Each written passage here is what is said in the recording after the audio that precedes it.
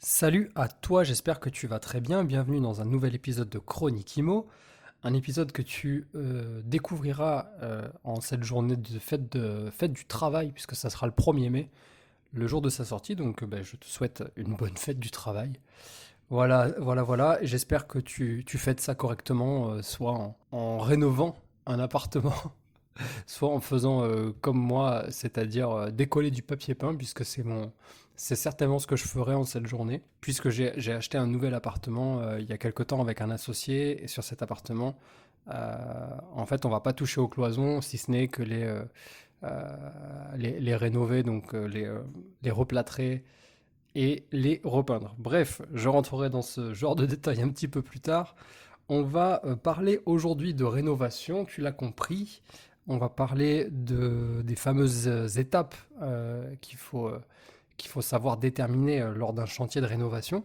Donc je ne sais pas si tu es dans cette situation où tu dois rénover, où tu as déjà un projet et que tu sais que tu vas devoir rénover ce bien. En tout cas, la question des travaux, ça peut être un obstacle mental. Je suis désolé, je suis un peu pris. C'est le rhume des foins. Donc, ça peut être un obstacle mental à ton passage à l'action. Ce que je veux dire par là, c'est que tu peux très bien avoir compris les principes fondamentaux de l'immobilier locatif dans son ensemble, mais avoir de gros doutes quant à ta capacité à évaluer et gérer une rénovation totale ou partielle, hein, peu importe, suivant ce que tu as à faire dans ce logement. T'as peut-être même pas encore trouvé ce logement et peut-être que tu te dis: «Ah, je sais pas si je vais le faire au final parce que je me sens bloqué, je me sens pas à la hauteur, je suis pas sûr de savoir, gérer le chantier de rénovation». Mais t'inquiète pas, je suis là, on va s'en occuper dans cet épisode, c'est le sujet du jour. Donc je vais te décortiquer ça, tranquillement et tu verras que normalement à la fin de cette chronique, tu auras quelques clés, très pertinentes issu de mes 10 années d'expérience et un peu plus de 16 projets, plus 5 en cours. Donc normalement, tu devrais avoir des clés qui te permettent juste de mettre en application. Donc là, c'est vraiment le playbook de comment on fait pour rénover comme un professionnel, comme un maître d'œuvre, hein, si je devrais dire, puisque c'est ça le nom le nom du professionnel de l'immobilier, enfin dans la chaîne immobilière qui s'occupe de gérer les travaux, c'est le maître d'œuvre. Donc on va parler de ça aujourd'hui dans l'épisode. Une petite aparté pour te dire que, comme je disais là tout à l'heure, en fait, j'ai acquis un bien récemment et du coup, j'avais fait un objectif avec une estimation globale des travaux via un plan que j'avais fait à la va-vite avant l'acquisition. Et si tu veux, j'ai repris ce plan que j'ai réaffiné. Donc j'ai fait ce qu'on appelle un plan d'exécution. Donc c'est le plan pas final, mais le plan qui va permettre aux entrepreneurs de savoir ce qu'ils ont à faire exactement en détail, hein, donc je reprends point par point ce qu'ils doivent faire par lot en fait. Plus, j'ai refait aussi le tableau d'estimation, le tableau donc estimatif des travaux et des meubles. Puisque tu le sais, moi j'ai une stratégie où je fais du meublé, ce qui me permet de louer un peu plus cher, etc., etc. Bref, tout ça pour te dire que j'ai repris mon tableau, tu sais, celui que je t'offre, qui est dans la description, et que j'offre à chaque fois, en fait, que j'ai créé une fois pour moi il y a longtemps, il y a 10 piges, et que j'ai remis à jour, et que je me suis dit que j'allais l'offrir à ceux qui en ont besoin. Donc il est dans la description. Je l'ai repris, donc j'ai fait comme n'importe quelle personne qui se l'est procuré, je l'ai ouvert, j'ai rempli les cases et, euh, et j'ai fait quelques modifications parce qu'entre-temps, les coûts des matériaux ont bougé, le coût de certains meubles, notamment salle de bain, cuisine, ça a bougé, donc j'ai réactualisé ça. Et je me suis rendu compte qu'il y avait une coquille, il y avait une coquille énorme dans la première partie du tableau. C'est une coquille de formule en fait dans le calcul. C'était juste pour te dire que si jamais tu utilises ce tableau pour faire ton estimation et le présenter en banque, fais très attention parce qu'il y a une coquille. Elle est dans la première partie du tableau. Je me rappelle plus quelle ligne. Je crois que c'est une ligne qui correspond aux cuisines ou enfin voilà ou quelque chose comme ça. Donc fais attention. Moi en tout cas, je l'ai remis à jour le tableau. Donc j'ai corrigé la coquille et j'ai corrigé deux trois trucs au total, je crois. Voilà, donc je l'ai actualisé sur la page où tu peux le récupérer. Donc si jamais ça t'intéresse de le récupérer déjà mis à jour, ou sinon bah, fais attention de ton côté. Et dans tous les cas, c'est dans la description si tu veux te le procurer. Bref, allez, une petite gorgée de café et on démarre. 2 hours later. Ah, ça va toujours mieux avec du café. Donc alors, déjà, ce que je peux dire, c'est que t'es pas plus bête qu'un autre. J'aime bien démarrer j'aime bien démarrer mes sujets comme ça. Ça permet de, voilà, déjà, je te donne de l'énergie là, tu vois, je t'envoie du positif. T'es pas plus bête qu'un autre. Mais c'est vrai, tu vois, et sans vouloir faire de raccourcis, t'es pas un professionnel de l'immobilier, en tout cas, peut-être pas, ou pas encore, mais t'es pas plus bête qu'un professionnel de l'immobilier. Tu vois ce que je veux te dire? T'as juste pas ces connaissances, pas encore, en tout cas. Donc l'idée, c'est de t'en transmettre une partie, même si pour certains, je suis pas un professionnel de l'immobilier, toujours est-il que j'ai 10 ans d'expérience dans le domaine et je vais pouvoir te fournir quelques clés. Donc t'es pas plus bête que quelqu'un enfin, t'as pas le problème de faisabilité, tu es capable de le faire, mais tu as peut-être un problème de méthode. Et en fait, c'est là comment dire, la pierre angulaire qui permet d'avancer vraiment sur tes projets, c'est de devenir méthodique. Moi, j'ai pas compris ça tout de suite, mais quand j'ai réussi à le comprendre, en tout cas, bah, j'ai grandement accéléré dans ma mise en œuvre et surtout, j'ai pu enchaîner les projets. Donc en fait, le meilleur raccourci, c'est encore de regarder les pros, tu vois, comment dire, pour copier leur méthode et réussir. Alors, c'est difficile quand t'es pas du métier parce que tu te poses la question, est-ce qu'ils font vraiment comme ça ou est-ce que c'est moi qui interprète mal? En fait, au début, on se pose beaucoup de questions et souvent, c'est des questions inutiles. Donc, l'idée, c'est de faire le raccourci de toutes les personnes qui veulent obtenir les résultats de quelqu'un qui les a déjà eus, c'est-à-dire les copier. Donc, copier les pros, c'est le plus simple. Donc, je t'invite à copier les méthodes des maîtres d'œuvre, puisque c'est de ça dont on parle, hein, tout simplement. Donc, comment ils font, les maîtres d'œuvre, qu'est-ce qu'ils font, voilà, et pourquoi ils le font. Donc quand tu as répondu à ces trois questions, pour qui ils le font, tu le sais très bien, c'est pour les gens comme toi, les gens comme moi, et toutes les autres personnes qui veulent investir mais pas mettre les mains dans le cambouis et pas s'occuper de la gestion, eh ben, ils font ce travail-là pour ces gens-là. Donc le pour qui, on le sait déjà. Le pourquoi, le comment et tout le reste, en fait, qui constitue leur fiche métier, ce qu'ils font au quotidien, ben, ça, c'est la première étape que tu dois faire pour réussir à copier leur méthode. Et surtout, ce que je voulais te dire, c'est qu'ils ont certainement des connaissances techniques qu'ils ont appris en cours, qu'ils ont appris en école, quand ils ont étudié cette spécialité-là pour faire ce métier-là, puisque il faut faire un cursus scolaire spécial. Mais surtout, ce qu'il faut que tu te dises, c'est qu'on leur a plus appris les méthodes de gestion et d'organisation de chantier, plus que les connaissances techniques. Alors, on leur a appris, on leur a dit qu'il y avait des choses qu'ils pouvaient faire et des choses qu'ils ne pouvaient pas faire. On leur a expliqué, par exemple, que les VMC, ça se mettait à tel endroit et pas à tel endroit. Par exemple, au-dessus des toilettes, au-dessus de la salle de bain, mais rarement au-dessus d'une chambre, jamais au-dessus d'un salon. Voilà, on leur a expliqué ces choses-là. On leur a dit qu'on pouvait éventuellement agrandir des ouvertures, mais qu'il fallait toujours mettre une IPN avec une répartition de poids de charge. Donc, suivant le matériau, il fallait pas mettre une IPN en bois et mettre des IPN en métal. Donc, si tu veux, on leur a expliqué toutes ces choses-là. Toi, c'est des connaissances que tu n'as pas. Mais ça, c'est pas grave, parce que tu peux les acquérir avec le temps. Ça, c'est des choses que le temps vient gommer. Par contre, les méthodes, ça, c'est des choses que tu es obligé d'aller. C'est toi qui dois être à l'initiative de cette recherche.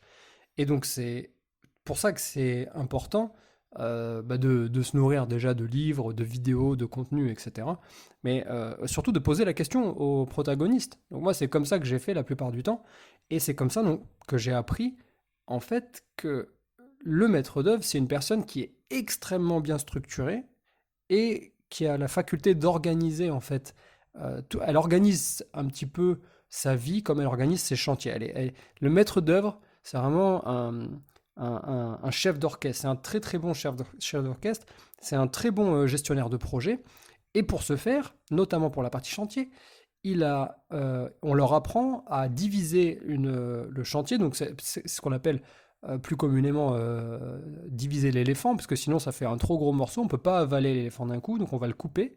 Et notamment les maîtres d'œuvre, ils ont l'habitude de le couper en 7 étapes. Donc je vais te les décrire, parce que c'est un peu ça que tu cherches à savoir. Comment on fait pour rénover un appartement simplement? Tout simplement, on découpe l'éléphant, donc on le découpe en 7 étapes. Et je vais te les donner dans l'ordre, pour que tu comprennes bien comment eux, ils font pour organiser un chantier. Et tu vas ensuite piocher dans cette liste de 7 étapes. Alors il y en a une en plus si jamais tu fais du meublé, tu t'en doutes, je vais y venir tout doucement. Mais ce qui est important, c'est de te dire, il y a peut-être des étapes dont j'ai pas besoin suivant mon projet, parce que moi je parle toujours de rénovation complète, parce que généralement j'achète des biens qui nécessitent une rénovation complète. C'est aussi ça l'avantage, enfin l'avantage, ça va dépendre, mais si tu achètes un bien qui a besoin de rénovation complète, généralement tu l'achètes moins cher du prix au mètre carré. C'est toujours pareil. Plus le prix est cher, moins tu as de rénovation, et vice-versa. Enfin, normalement, c'est comme ça que c'est censé se passer. Donc du coup, j'y viens à ma liste des fameuses 7 étapes. Donc la première, évidemment, tu t'en doutes, c'est la démolition. Donc on démolit, on enlève les gravats. Étape 2, électricité, plomberie. Donc là, généralement, on va appeler cette étape la mise en réseau.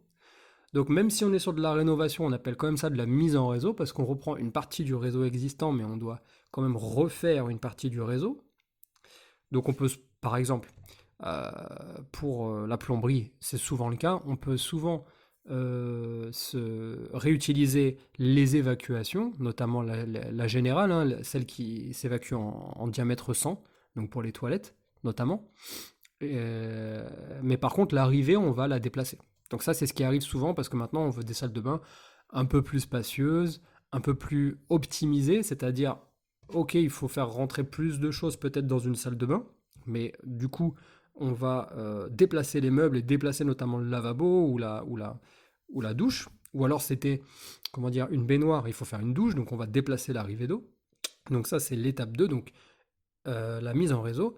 Étape 3, le plafond, le faux plafond et les cloisons. Donc je mets toujours ça ensemble, hein, plafond, cloison, et toujours plafond d'abord et cloison après. Ça c'est pareil, c'est quelque chose que tu apprends avec le temps. On fait jamais les cloisons avant le plafond, ça n'existe pas.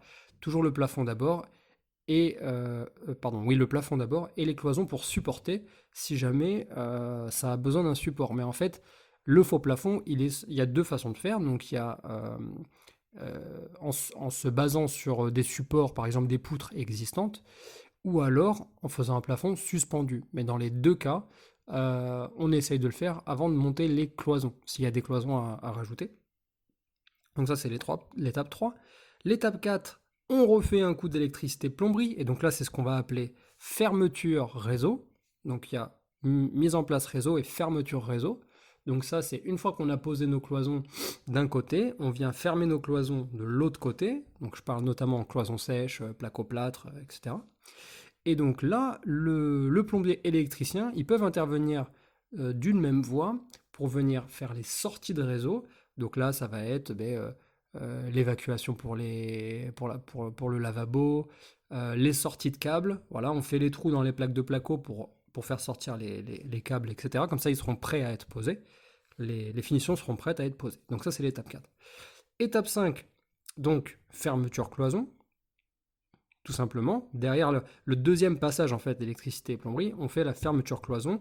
Et juste derrière l'étape 6, enduit, donc enduit, joint, voilà. Donc jointage, c'est comme ça que ça se dit, c'est pas très joli, mais jointage et enduit des murs. Étape 7, donc la fameuse dernière étape, impression, peinture. Donc voilà, on a nos 7 étapes. Dans l'ordre, je te les redonne. Démolition, électricité, plomberie, plafond, cloison. 4, électricité, plomberie pour la fermeture de réseau. Ensuite, fermeture, cloison en 5, pardon. Ensuite, jointage, enduit en 6. Et enfin, impression, peinture en 7. Donc ça, c'est les 7 fameuses étapes qui te permettent de découper ton éléphant et de te dire, ok, voici, ça c'est dans l'ordre, donc c'est censé se passer comme ça, chronologiquement parlant. Maintenant, qu'est-ce que j'ai besoin de faire, qu'est-ce que j'ai pas besoin de faire? Et encore une fois, c'est ce que je te disais tout à l'heure, si jamais tu es sur un chantier qui a pour but de t'amener à faire une mise en location en meublé, là il faut que tu prévois un petit bout supplémentaire qu'on va appeler finition meuble. Et en fait, cette étape, bah, c'est de la déco, hein, tout simplement. Donc c'est vraiment le fait de mettre en vie l'appartement, parce qu'une fois que le chantier est terminé, bah, oui, la partie travaux est terminée, mais il n'est pas encore habitable. Il faut y mettre la cuisine, il faut y mettre... Bon, souvent la cuisine, tu l'inclus quand même, tu essayes de l'inclure. Mais il faut poser les meubles de cuisine, il faut poser l'électroménager, les lits, la penderie, la table, le canapé, etc. Donc tout ce qu'il faut pour que le bien soit considéré comme un bien meublé et que tu puisses le louer plus cher. Voilà un petit peu donc pour les 7 étapes que je voulais te partager. Et donc du coup, j'ai envie de te dire que euh, quand tu connais ces 7 étapes et que tu sais en fait qu'est-ce que tu dois faire, eh ben, c'est très simple, tu fais une liste. Cette liste, tu viens la détailler avec ben, notamment le, comment t'appelles ça, le tableau estimation des travaux et des meubles que je t'ai fourni, là, qui est dispo dans tous les pieds, dans toutes les descriptions de chroniques. Tu peux le récupérer. Et grâce à ces deux éléments, donc la liste des points importants que tu dois faire et la liste des travaux, eh ben, grâce à ça, tu peux te faire ce qu'on appelle le cahier des charges. Et en fait, on y vient. Le maître d'œuvre, lui, quand il te rend le dossier de rénovation, en fait, il te rend le cahier des charges et les plans d'exécution. Et c'est ça qu'il te faut pour pouvoir diriger ton chantier, ces deux documents-là. Les plans d'exécution, donc avec la liste des choses à faire, et le cahier des charges qui va rentrer dans le détail de chaque lot. Donc le lot, c'est par exemple le lot électricité, le lot plomberie, le lot plâtrerie, donc cloison sèche, jointage, etc. Le lot peinture. Bon, bref, t'as compris l'idée. Donc maintenant que tu as ces informations, tu as compris que le maître d'œuvre, au final, il n'est pas plus intelligent que toi, il a juste plus d'éléments de connaissances dus au temps passé sur le terrain, le temps passé avec des clients, passé sur des chantiers, passé à discuter avec les artisans, etc. Mais surtout grâce à de la méthode. Donc moi, en termes de conclusion, j'ai juste envie de te dire, copie les pros, fais comme les pros, bouffe du contenu sur les maîtres d'œuvre, arrête de bouffer du contenu sur les investisseurs immobiliers, je sais pas quoi. Ces gens-là, ils savent faire des tableaux Excel, ils savent monter des dossiers bancaires, et c'est tout à leur honneur, ils ont raison de le faire, et c'est super, mais c'est pas comme ça qu'on gère un chantier, et ça risque de te faire pédaler dans la semoule si jamais tu deviens un professionnel pour monter des projets, mais que tes projets, ben, tu les mènes pas à bien, ou alors que tu as des problèmes dans tes chantiers de rénovation et que c'est mal fait et que tu te plains tout le temps du résultat, c'est peut-être pas une question, c'est peut-être pas que tu dois remettre en question tes compétences, c'est juste que tu dois remettre en question ta gestion de chantier. Voilà, ta constitution du cahier des charges notamment que tu remets à tes artisans. D'ailleurs, dites-moi dans les commentaires, pour ceux qui ont déjà rénové, etc. Je parle pour ceux qui sont sur YouTube évidemment, parce que pour les autres, il n'y a pas d'espace commentaire, mais vraiment, dites-moi si vous prenez vraiment la peine de vous constituer un cahier des charges avec des plans d'exécution, parce que j'ai pas vraiment l'impression, pour en côtoyer beaucoup, j'ai pas vraiment l'impression que les investisseurs font ça de manière, on va dire, systématique. Donc c'est de la méthodologie, il faut s'y plier, je pense que c'est important de mettre un petit peu de rigueur, parce que c'est pas parce que c'est pas un travail, pour certains c'est pas un travail, pour moi ça l'est devenu, mais du coup, étant donné que c'est pas un travail, on peut avoir l'impression qu'on peut faire ça un petit peu en dilettante, un peu tranquille. Mais je pense pas. Je pense que vraiment, en gardant les pieds sur terre et sans te dire aucun bullshit, je pense qu'amener un petit peu de rigueur là-dedans, ça va te permettre de mener à mieux tes chantiers. En tout cas, de la mise en œuvre des chantiers. Donc voilà, fais comme les pros, itère encore et encore. Fais-toi un premier cahier des charges. Dors dessus, 2-3 nuits, réfléchis, va comparer le coût des matériaux, va comparer le coût des artisans pour la main-d'œuvre. Toujours sépare les matériaux de la main-d'œuvre, toujours. Ça, c'est la pépite ultime. Les artisans qui te mettent la main-d'œuvre et les matériaux en forfait et qu'ils te détaillent pas tout ça. Fais très attention. Là, ça, c'est alerte rouge. Et donc voilà, donc itère toujours. Et il y a un autre truc que je voulais te dire. Ton plan que tu vas faire, tes plans d'exécution, je dis tes plans parce que même pour si tu as un seul bien, l'idée c'est que tu en fasses plusieurs. C'est-à-dire que tu auras un premier plan que tu vas faire à telle date, donc il faut les dater tes plans. Tu les dates, Tu vas en faire un le 1er avril, tu vas en faire un le 15 avril, tu vas en faire un le 22 avril. À chaque fois, tu les dates et tu reviens dessus et tu te les imprimes. Si t'as pas d'imprimante, tu te les mets en PDF, tu reviens dessus et tu regardes. Jusqu'à ce que tu as fini d'itérer et que tu as trouvé vraiment le plan parfait avec le cahier des charges parfait. Voilà ce que je peux te dire. Et aussi, j'ai envie d'amener un petit peu de légèreté en te disant, t'inquiète, si ton premier chantier il n'est pas fait à la perfection, c'est pas la peine de te flageller ou quoi. Dans le sens où le temps est fait pour ça, quoi. Il est fait pour t'apprendre. Donc, si ça s'est mal passé et que t'as pas eu cette méthodologie-là, ben nickel, c'est un apprentissage. Du coup, tu connais ton axe d'amélioration. Il faut que tu t'améliores sur la méthode. Donc voilà, je t'ai filé quelques clés. À toi de les utiliser, de les mettre dans la bonne serrure. En guise de fin d'épisode, j'ai la question de Valérie. Valérie qui me dit: Mathieu, j'ai mon assureur qui me dit qu'il ne peut pas assurer mon immeuble que je viens d'acheter dans la mesure où dans la mesure où une partie des logements ne sont pas habités. Qu'en penses-tu? Je pense que c'est n'importe quoi. Je pense que c'est pas logique. Je réfléchis quand même avant de m'énerver quand même. Non, mais Valérie, je vois pas. Vraiment, à moins qu'il y ait un arrêté de péril sur le logement et encore même pas. Ah si, si, si. Non, parce que s'il y avait un arrêté de péril, t'aurais pas pu l'acheter.